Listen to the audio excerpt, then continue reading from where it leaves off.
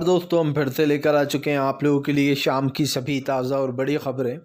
फटाफट अंदाज में एक एक कर बताएंगे आपको आज देश और दुनिया से क्या बड़ी खबरें निकल कर सामने आ रही हैं। लेकिन उससे पहले दोस्तों एक नज़र डालेंगे सुर्खियों पर। आपको बताते चले दोस्तों, बढ़ गई इजराइल की मुश्किलें। हमास ने दागी एक के बाद एक बड़े रॉकेट हिजबुल्लाह ने उड़ा दिए। पूरी तरीके से परखच्चे बताएंगे आखिरकार क्यों हिजबुल्लाह नॉन स्टॉप मिसाइलें बरसा रहा है। वहीं पर अगली बड़ी खबर में हम आपको बताएंगे राहुल गांधी का प्रधानमंत्री के ऊपर बड़ा हमला। राहुल गांधी बोले बीजेपी का सिर्फ एक काम भाई को भाई से लड़वाना, हिंदू मुसलमान करना, लेकिन हमारा सिर्फ एक काम मोहब्बत की दुकान खोलना, इसलिए हम उनसे बहुत अलग। वहीं पर अगली बड़ी खबर में हम आपको बताएंगे दोस्तों, सऊदी अरब ने दी चेतावनी। कहा तुम हमारे भाइयों को मारोगे और हम चुपचाप तमाशा देखेंगे, ये नहीं होने वाला, कोई बिजनेस नहीं तुमसे। बताएंगे क्यों जो है यहाँ पर सऊदी अरब भड़क गया। वहीं पर अगली बड़ी खबर में हम आपको बताएंगे दोस्तों, दरअसल आपको बताते चले हमास ने उड़ा डाले इजराइल के कई टैंक, कई सैनिकों की भी हो गई है मौत। वहीं पर अगली बड़ी खबर में हम आपको बताएंगे दोस्तों, दरअसल आपको बताते चले महाराष्ट्र में मचा घमासान, शिंदे सरकार गिरने की कगार पर, अजीत पवार पहुंचे दिल्ली। वहीं पर अगली बड़ी खबर में हम आपको बताएंगे दोस्तों, अरविंद केजरीवाल बोले हम एक परिवार हैं। सिसोदिया और संजय सिंह के घर पहुंचे, जमकर निकाली बीजेपी के ऊपर भड़ास। अखिलेश यादव का बड़ा ऐलान। अखिलेश बोले मध्य प्रदेश में समाजवादी पार्टी को जनता देगी ज़्यादा सीटें। अखिलेश यादव ने किया दावा, बोले फिलहाल सिर्फ हमारी ही पार्टी सोचती है मध्य जो है जातिगत जनगणना के बारे में। वहीं पर अगली बड़ी खबर में हम आपको बताएंगे दोस्तों, तुर्की ने किया पूरे दुनिया से ऐलान। तुर्की बोला पूरे देश को एकजुट हो जाना चाहिए, पूरी दुनिया को मुसलमानों के ऊपर हो रहे अत्याचार को लेकर भड़के अर्दोगान। वहीं पर अगली बड़ी खबर में हम आपको बताएंगे दोस्तों, असल आपको बताते चलें बीजेपी की बढ़ गई मुश्किलें। जी हाँ, आपको बताते चले दिग्विजय सिंह ने भाजपा पर साधा निशाना, कहा मध्य प्रदेश में आ रही है कांग्रेस की सरकार 2 गुना वोटों से। तो तमाम खबरें फटाफट अंदाज में देंगे, एक एक कर देंगे। फिलहाल खैर चलिए बढ़ते हैं सबसे पहली और सबसे बड़ी खबर की ओर। दरअसल दोस्तों आपको बताते चले इजराइल को उड़ गए परखच्चे। कल हिजबुल्लाह ने एक के बाद एक बड़ी मिसाइलें दाग दी। आपको बताते चले हिजबुल्लाह ने जो है यहाँ पर इजराइल को मुंह तोड़ जवाब दिया है। इजराइल लगातार मासूम फ़िलिस्तीनियों के ऊपर अत्याचार कर रहा है और हिजबुल्लाह ने दोस्तों कल उसका घमंड तोड़ने का काम किया इजराइल का। आपको बताते चले हिजबुल्लाह ने सीधे सीधे जो यहाँ पर रॉकेट दाग दिए। दरअसल यहाँ पर मुश्किल इसलिए भी बढ़ गई है दोस्तों क्योंकि आपको बताते चले हिजबुल्लाह ने ये बदला लिया है उन मासूम बच्चों का जिनको फ़िलिस्तीन में मारा जा रहा है। आपको बताते चले जिनको गाज़ा में घुस घुस कर इजरायली सेना मार रही है। उसने बिजली भी काट दी है, जिसके चक्कर में दोस्तों रोज़ाना एक बच्चे की, 1 घंटे में एक बच्चे की मौत हो रही है। यही कारण है जो ये मामला सब कुछ देखते हुए हिजबुल्लाह भड़क गया।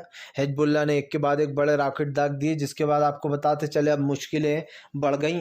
और ये मुश्किलें इजराइल की इसलिए भी बढ़ गई हैं दोस्तों क्योंकि इजराइल के ख़िलाफ़ कल जो एकजुटता की मीटिंग हुई थी उसमें भी कई बड़े फैसले लिए गए कि कैसे इनको सबक सिखाया जाएगा। लेकिन सवाल सिर्फ ये नहीं है दोस्तों कि इनको सबक सिखाया जाएगा या उनको सबक सिखाया जाएगा।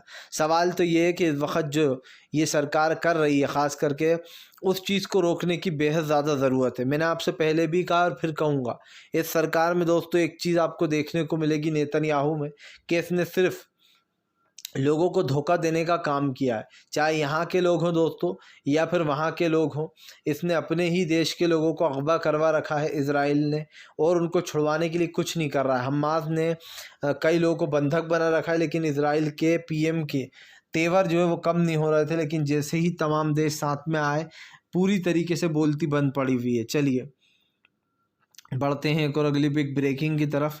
बता दोस्तों अगली जो बड़ी खबर निकल कर आ रही है, राहुल गांधी का प्रधानमंत्री नरेंद्र मोदी के ऊपर बड़ा हमला। राहुल गांधी बोले बीजेपी और हम में बहुत फ़र्क है, बीजेपी की विचारधारा और हमारी विचारधारा में ज़मीन आसमान का अंतर।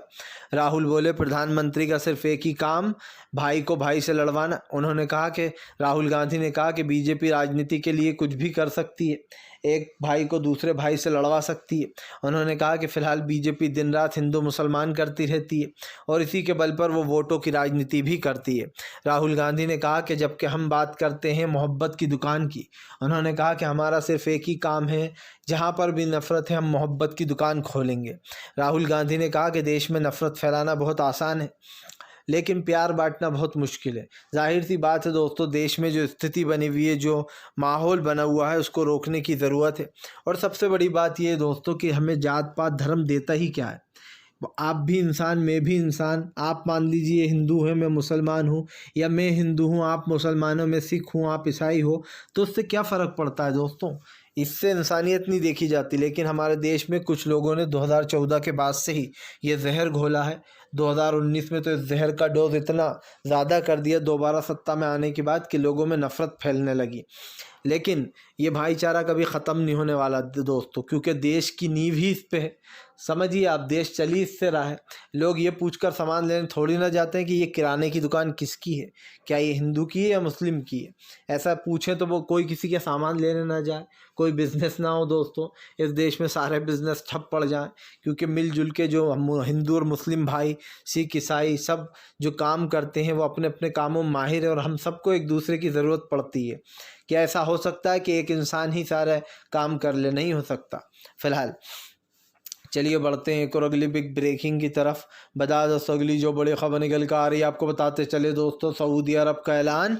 बोले फ़िलहाल अब अंजाम भुगतने के लिए तैयार रहे इज़राइल, क्योंकि आपको बताते चले अब जो है इंटरनेशनल कोर्ट से भी ये मांग की गई है कि फ़िलहाल वो इस चीज़ में दखल अंदाज़ी करे। मानव अधिकार का उल्लंघन हो रहा है, लोगों को मारा जा रहा है। बात सिर्फ इतनी सी नहीं है दोस्तों कि लोगों को मारा जा रहा है, बात ये भी है कि वहाँ पर हर घंटे में, हर एक घंटे में एक बच्चे की मौत हो रही है। कल इजराइल ने अपनी औकात दिखाते हुए वहाँ की लाइट काट दी, अल-शिफा अस्पताल की। आपको बता दें, हॉस्पिटल की लाइट काटने के बाद और भी ज़्यादा मुश्किल बढ़ गई, जिसके चलते हर एक बच्चे की एक घंटे में मौत हो रही है। आपको बताते चले ये आंकड़ा लगातार बढ़ता ही चला जा रहा है। WHO ने एक आंकड़ा जारी किया है दोस्तों। उस आंकड़े के मुताबिक जो है यार, अब तक 6,606 बच्चों की मौत हो चुकी है। आपको बता दें, इसमें जो है यहाँ पर कुल मिलाकर 11,000 मौतें हुई हैं, जिसमें 6,606 बच्चे हैं और कुछ महिलाएं हैं दोस्तों, बाकी पुरुष हैं। आपको बताते चले ये आंकड़ा काफ़ी बढ़ चुका है मौतों का, और ये आंकड़ा एग्जैक्ट है दोस्तों, क्योंकि आपको बताते चले इस आंकड़े में बच्चों की तादाद जो वो बहुत ज़्यादा है। यही नहीं, अभी तो गेम शुरू हुआ है। आप समझिए, बच्चों की सबसे ज़्यादा वहाँ पर मौतें हो रही हैं, और इसकी ज़िम्मेदारी कौन लेगा दोस्तों? इसकी ज़िम्मेदारी इजराइल की है, क्योंकि उसके कारण ही ये सब कुछ हो रहा है। इजराइल ने दोस्तों जिस तरीके से ये सब कुछ शुरू किया है, उसे रोकने की बहुत ज़्यादा ज़रूरत है। मैं तो ये भी कहता हूँ दोस्तों कि इजराइल जो ये चीज़ें कर रहा है, उसमें कहीं ना कहीं अमेरिका ने उसका खुलकर साथ दिया है। आप समझ लीजिए, एक तरफ तो अमेरिका कह रहा है कि गाज़ा पर कब्ज़ा करना बेकार होगा, दूसरी तरफ दोस्तों इजराइल ख़ुद बार बार कह रहा है कि गाज़ा पर उसकी सेना का ही कब्ज़ा होगा अगर हमने हासिल कर लिया तो। और गाज़ा के बहुत करीब पहुंच भी चुके हैं इजराइल के लोग। लेकिन आपको बताते चले दोस्तों, हमास के लड़ाकों ने अपनी पूरी जान लगा रखी है, और ऐसे में इजराइल के लोगों को ढेर भी कर रहे हैं हमास के वो।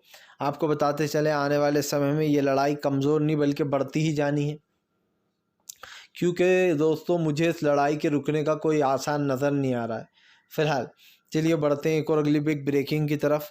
बता दोस्तों, अगली जो बड़ी खबर निकल कर आ रही है, एक बार फिर से भड़क गया अरविंद केजरीवाल ने बीजेपी को लिया लपेटे में। आपको बताते चले, अरविंद केजरीवाल का कहना है कि फ़िलहाल हम लोग एक परिवार जैसे हैं। कल दिवाली के दिन केजरीवाल जो है मनीष सिसोदिया और संजय सिंह के घर पहुँचे। उन्होंने कहा कि फ़िलहाल बीजेपी ने संजय सिंह और मनीष सिसोदिया पर जो अत्याचार कर रही है, हम उसके ख़िलाफ़ आवाज़ उठाएंगे। यहाँ पर केजरीवाल ने कहा कि बीजेपी का तो काम ही यह है, विपक्ष के नेताओं को डराओ धमकाओ और जेल में डालो, ईडी सीबीआई को पीछे लगा दो। केजरीवाल ने कहा कि फ़िलहाल हमारी सरकार ईमानदार सरकार है, और सिसोदिया और संजय सिंह जैसे लोग जो कि सरकार को घेरते हैं, इसीलिए सरकार ने उनको ये सब कुछ किया उनके साथ। केजरीवाल ने कहा कि अगर सरकार को लगता है हम इन सब से डर जाएंगे तो बहुत बड़ी गलतफहमी में। केजरीवाल ने कहा कि हम आवाज़ें उठाते रहेंगे, और ये आवाज़ें तब तक उठाएंगे जब तक कि इंसाफ नहीं मिल जाता। मुझे तो दोस्तों एक चीज़ साफ समझ में आ रही है, इस वक्त जो भी आप समझिए, जो भी ये तमाम मैटर हो रहा है या फिर जो इस टॉपिक पर बातें हो रही हैं, उसको लेकर कहीं ना कहीं जो है दोस्तों, सरकार की नीतियां मेरे समझ से तो बाहर हो चुकी हैं। क्योंकि एक चीज़ आप भी जानते हैं कि फ़िलहाल आज देश में महंगाई, गरीबी, बेरोज़गारी जैसे मुद्दों ने देश को कहीं ना कहीं घेर रखा है। और ये देश में दोस्तों जो हिंदू मुसलमान की एक अलग ही परिभाषा लिखी जा रही है, उसका तो मुझे कोई मैटर समझ में नहीं आता है। भारतीय जनता पार्टी हो या तमाम जो चीज़ें हों, वो सभी देख रहे हैं कि केजरीवाल हो या फिर तमाम विपक्ष के नेता, उन सब के ऊपर ही कार्रवाइयाँ हो रही हैं और ये बहुत दुख की बात है, ये अफसोस की बात है। चलिए बढ़ते हैं एक और अगले बिग ब्रेकिंग की तरफ। बता दोस्तों अगली जो बड़ी खबर निकल कर आ रही है, आपको बताते चले दोस्तों, प्रधानमंत्री नरेंद्र मोदी के ऊपर जमकर गरजते हुए नजर आए संजय रावत। संजय रावत बोले कुछ दिन की मेहमान हैं, महाराष्ट्र की सरकार बहुत जल्दी ये सरकार गिरेगी। आपको बताते चले दोस्तों, दरअसल अजीत पवार जो है वो दिल्ली भाग खड़े हुए हैं। आपको एक नाथ शिंदे के साथ लड़ाई हो गई उनकी और उसके बाद वो दिल्ली भाग लिए हैं अमित शाह से मिलने। बताया जा रहा है कि फ़िलहाल दोस्तों महाराष्ट्र सरकार में कुछ भी ठीक नहीं चल रहा है। जब से अजीत पवार शामिल हुए हैं एक नाथ शिंदे की पार्टी में, तब से तो इन दोनों में घमासान ही मचा हुआ है। इसी को लेकर बड़ा बयान भी निकल कर आया था अजीत पवार की मां का, जहां पर उन्होंने कहा था कि अजीत पवार सीएम बनेंगे महाराष्ट्र के आने वाले समय में। आपको बता दें अब इस सब पर लड़ाई छिड़ने के बाद जो है महाराष्ट्र में गेम ओवर हो चुका है एक नाथ शिंदे का, क्योंकि संजय रावत ने तो पहले ही कह दिया था कि देख लेना बीजेपी अजीत पवार को एक दिन सीएम से वो बनाएगी सीएम। लेकिन इसी चीज़ पर लड़ाई छिड़ी हुई है, जिसके बाद आपको बताते चलें अजीत पवार जो वो दिल्ली भाग गया अमित शाह के पास। माना जा रहा है कि फ़िलहाल महाराष्ट्र में बहुत जल्दी कुछ बड़ा होने वाला है। यही नहीं, संजय रावत ने तो ये तक भविष्यवाणी कर दी है कि जल्दी ही ये सरकार गिर जाएगी। ये सरकार जो है वो लोगों के ख़िलाफ़ है। आपको बता दें इस बयान के बाद से घमासान इसलिए भी मचा है कि अब लोग सोच रहे हैं कि क्या वाकई में अब गेम यहाँ पर ओवर होने वाला है इस सरकार का। क्योंकि अगर एक तरीके देखा जाए तो ये हो रहा है दोस्तों, और इस चीज़ को रोकने के लिए, महाराष्ट्र की सरकार बचाने के लिए तिकड़म लड़ाई जा रही है। लेकिन सच्चाई तो ये है कि जब वोट होंगे ना दोस्तों, चुनाव आएंगे करीब, उस वक़्त बीजेपी फिर से चुनाव हार जाएगी और ये सत्ता वापस से उन्हीं के पास जाएगी जिनसे बीजेपी ने छीनी है। तो ये कहना गलत नहीं होगा कि फ़िलहाल आने वाले समय में ये मुश्किलें तो और बढ़ेंगी, क्योंकि जाहिर सी बात है इस सरकार की नीयत पर कहीं ना कहीं सवाल उठ रहे हैं और सरकार की नीतियाँ तो खैर आपको पता ही है। तो कम से कम इस बात पर एक चीज़ साबित हो जाती है कि फ़िलहाल इस सरकार को एक बड़े पैमाने से गुजरना पड़ेगा। ये क्योंकि देखिए एक बड़ा झटका यहाँ पर लगता हुआ नज़र आएगा और इस सरकार की दोस्तों नीतियाँ भी ख़त्म फ़िलहाल। चलिए बढ़ते हैं एक और अगली बिग ब्रेकिंग की तरफ। बता दोस्तों अगली जो बड़ी खबर निकल कर आ रही है, तुर्की ने की पूरे देश से अपील। तुर्की बोला तमाम लोगों को एकजुट होकर सामना करना पड़ेगा इजराइल का। आपको बताते चले दोस्तों, इजराइल में जो है ज़बरदस्त तरीके से भीषण जो है बमबारी कर दी है जो है हमास ने। दरअसल आपको बताते चले इजराइल में बच्चों की जान जाने के कारण हमास भड़क गया। हमास ने भी अब अपनी जंग और तेज़ कर दी।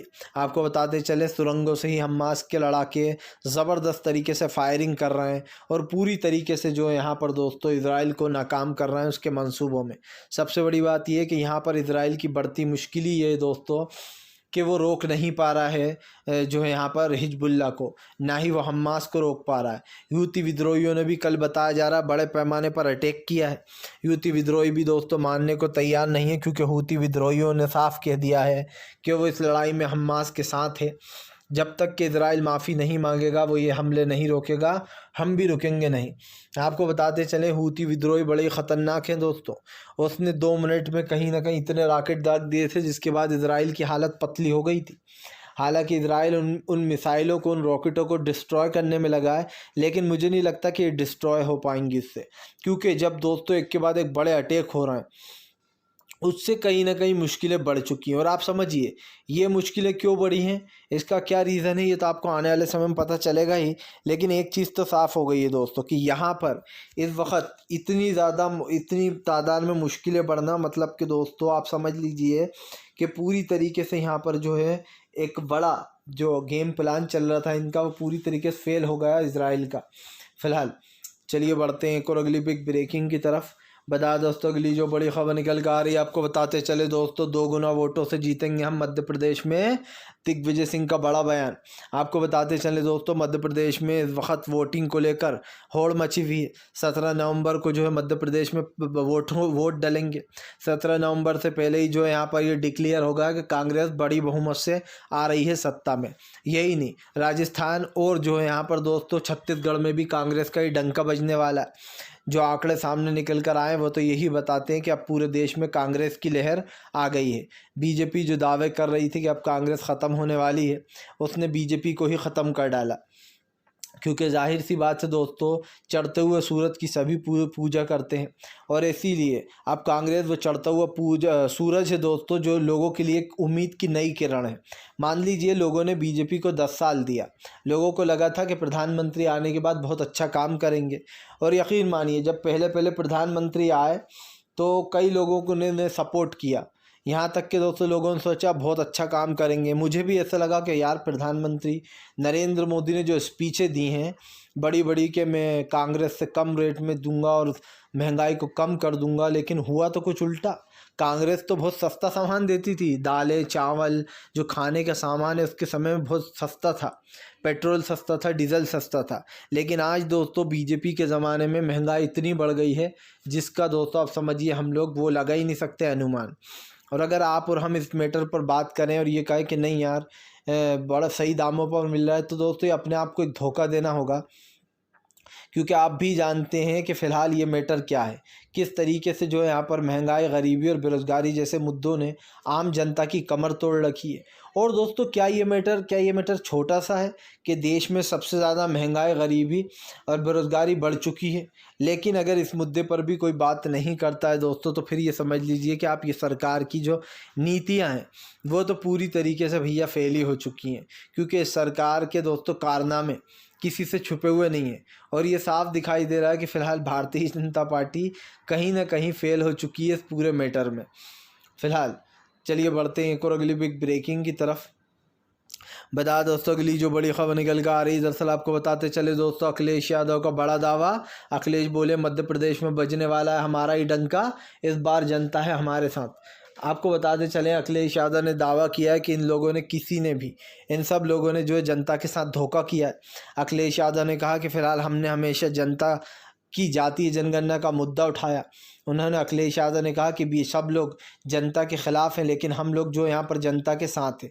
आपको बताते चलें अखिलेश ने ये दावा भी किया कि फ़िलहाल जनता जो कि जनार्दन है सबकी, उसको लेकर अखिलेश ने कहा कि फ़िलहाल इन तमाम चीज़ें जिस पर बात नहीं करते लोग उस पर हम बात करते हैं। उन्होंने कहा कि कांग्रेस और बीजेपी दोनों मिलकर मध्य प्रदेश को काफ़ी लंबे समय से धोखा दे रहा है। आपको बता दें अखिलेश कांग्रेस के ऊपर भी दोगुना स्पीड से हमलावर है जब से उनकी सीटों पर बात बिगड़ी है। इसीलिए अखिलेश ने कहा कि फ़िलहाल मध्य प्रदेश में समाजवादियों को बहुत ज़्यादा सपोर्ट मिल रहा है। दरअसल दोस्तों आपको बताते चले मध्य प्रदेश में दो पार्टियाँ ऐसी भी हैं जो हवा में उड़ रही हैं सिर्फ, एक है सपा, दूसरी है बसपा। ये गेम बिगाड़ेंगे किसी ना किसी का। लेकिन आपको बताते चले यहाँ पर अखिलेश यादव एक तरफ ये भी कह रहा है कि उनका इंडिया गठबंधन से कोई वो नहीं है झगड़ा, वो इंडिया गठबंधन के साथ है। बस विधानसभा में उन्होंने कहा कि हम अलग हैं क्योंकि कांग्रेस ने हमें धोखा दिया है। कांग्रेस नहीं चाहती थी कि ये गठबंधन विधानसभा के लिए हो, उसने मेन लोकसभा के लिए किया ये गठबंधन। दोस्तों ये तो सभी को मालूम था कि ये लोकसभा के लिए ही हुआ है, लेकिन उसके बावजूद भी अखिलेश इस चीज़ को बार बार दोहरा रहा है। फ़िलहाल चलिए बढ़ते हैं एक और अगली बिग ब्रेकिंग की तरफ। बताया दोस्तों अगली जो बड़ी खबर निकल कर आ रही है, दरअसल आपको बताते चले दोस्तों, अब जो यहाँ पर राजस्थान में भी अशोक गहलोत का चला जादू। गहलोत बोले बदल देंगे रिवाज, इस बार 5 साल में सरकार नहीं बल्कि दोबारा होगी रिपीट। दरअसल दोस्तों राजस्थान का रिकॉर्ड रहा है कि वो हर 5 साल में अपनी सरकार को बदल देता है अगर कोई अच्छा काम नहीं करता। ख़ास करके ये बहुत सालों से होता चला आ रहा है, लंबे अरसे से 5 साल ही सरकार चल पाती है और फिर लोग बदल देते हैं उस सरकार को। लेकिन दोस्तों आपको बताते चलें अब की बार माना जा रहा है बीजेपी का टर्न नहीं आ पाएगा, क्योंकि अब की बार फिर से एक बार रिकॉर्ड तोड़ने जा रही गहलोत सरकार और दोबारा राजस्थान में रिपीट होगी। इसका सबसे बड़ा रीज़न ये है दोस्तों कि अशोक गहलोत की चलाई गई स्कीमें और योजनाओं से वहाँ की जनता काफ़ी खुश है। बीजेपी पहले भी आई है वहाँ पर सत्ता में, लेकिन उसने कुछ नहीं किया। यही कारण है जो लोगों का विश्वास गहलोत के ऊपर जारी है और लोगों को ऐसा लगता है कि अशोक गहलोत अच्छा काम भी करते हैं। तो कहीं ना कहीं ये कहना गलत तो नहीं होगा कि अशोक गहलोत को सपोर्ट मिल रहा है लोगों का। फिलहाल अगर आपको हमारा वीडियो अच्छा लगे तो कृपया इसको लाइक करें, चैनल पर पहली बार आए सब्सक्राइब करें ताकि ऐसे वीडियो